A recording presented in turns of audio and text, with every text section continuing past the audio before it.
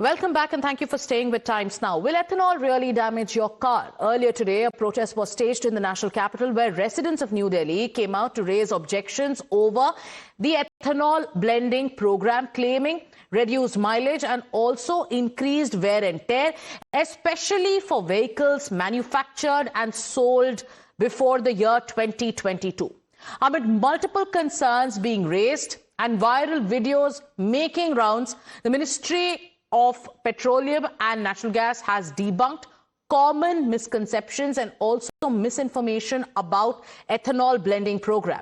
The centre over the last few days has been dismissing a series of viral claims around ethanol fuel or E20 fuel and has also called these claims fake, misleading and also scientifically unfounded.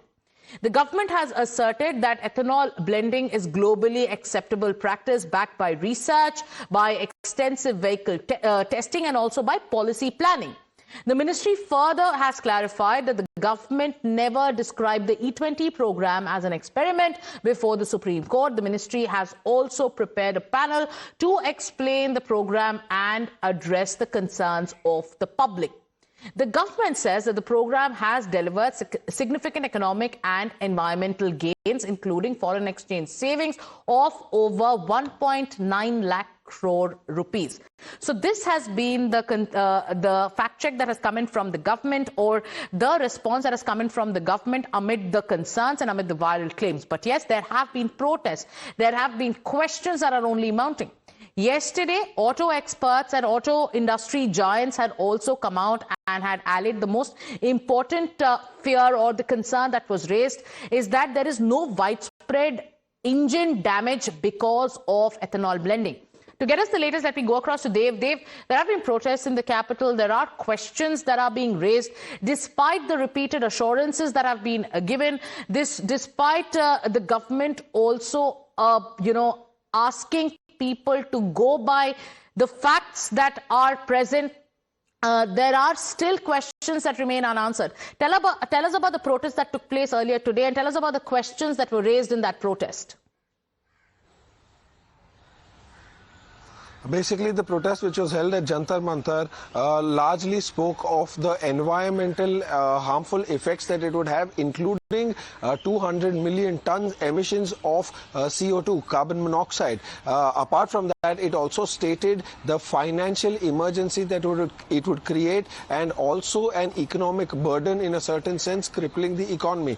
They also went on to say in the protest as to how the program had not been planned entirely, not been designed keeping in mind the structure of the cars causing long-term damage. However, they said that the people they had reached out to was including Nitin Gadkari, the Home Minister, the Prime Minister, the Chief Justice of India and several other Supreme Court judges right at the start of this year. So but they're not nothing was impressed by the answers that have been given, one by the government and number two also by the giants of the auto industry. Thank you so much, Dev, for bringing us the latest. With that, let's shift our focus to breaking news that's coming in because the government has also issued a detailed fact sheet.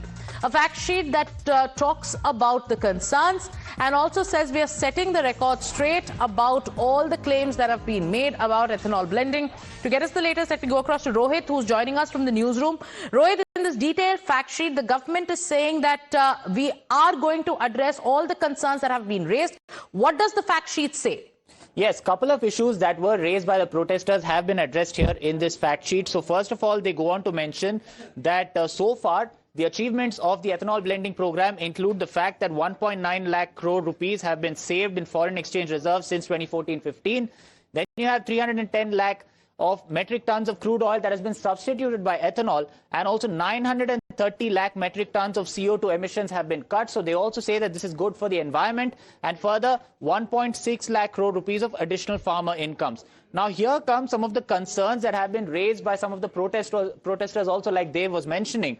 Many say that E20 would cut mileage by about 30%. So here's what the government is saying. The 30% figure only refers to ethanol's lower calorific value compared to petrol, and this is not a drop in the real world mileage. The mileage depends only on the driving habits, tire pressure, servicing and AC load, far more than the type of fuel that is being given to the vehicle. Then the next claim, E20 damages engines, especially older ones, because a lot of people have been saying that vehicles that were manufactured in 2022 or earlier are not compliant for E20, and thus they may face massive severe wear and tear. Now, this also has been countered by the government. They say there is no widespread pattern of engine failure linked to E20 that has been reported since the rollout. E20 was cleared after extensive testing by SIAM, ARAI and IOCL together with vehicle makers. Further, some also say that ethanol is not a high-performance fuel and reduces vehicle performance, but the government says that ethanol is a high-octane fuel with a research octane number of about 108.5 compared to 84.4 for petrol.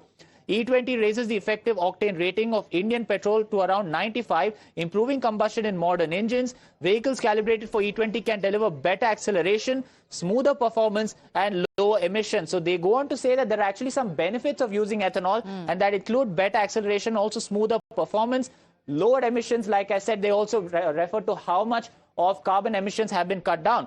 They also speak about how insurance companies some say that insurance companies are refusing claims for E20 related damage, but the government says that insurers and OEMs have clarified that E20 has no impact on insurance or warranty validity in India. Further, ethanol blended fuel should be cheaper and government is pocketing the difference. This is also one major claim that some of the critics have been making, to which the government says that the Niti Aayog report cited for this claim is from 2020-2021, when ethanol was indeed cheaper than petrol. Ethanol procurement costs have since risen above refined petrol costs, yet the mandate continues because of the energy security, environmental and farm income gains that it delivers. So these are some of the key points that have been given by the government in response to the questions that have been raised by the critics so far. Sagarika. But do you think, Rohit, after this, the fear-mongering will end? Before we wind up, I also want you to take us through another aspect of this fact sheet where the government is citing global examples. If you could also tell us about what the government is once again reiterating. Well, absolutely, Sagarika. The fact is many of these critics have been saying multiple things. One, they say that the fuel efficiency of these vehicles will be much lower.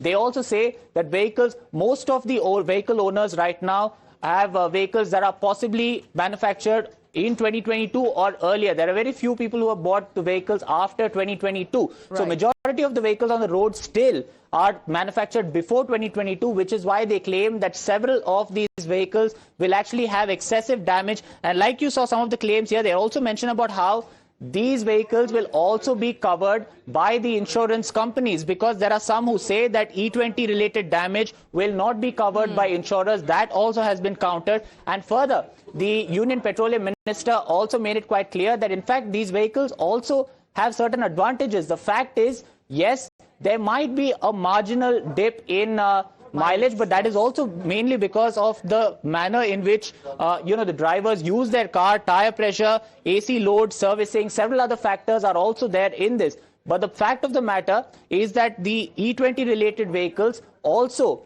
could give you better acceleration. And also the fact is that these vehicles in E20 fuel is also used in Formula One cars, for example. Yes. So that is why the government says that there is no concern for E20 fuel. Mileage, there was a number that was also put out by auto giants yesterday, because even they had held a press conference to address those concerns, and they said the difference could be for about anywhere between 3% to 3.5%. But the reasons could be very, very different. But yes, one point reiterated again and again is that there has been no evidence of widespread engine damage. Thank you so much, Rohit, for breaking down that fact sheet for our viewers. With that, it's time for us to take a short break.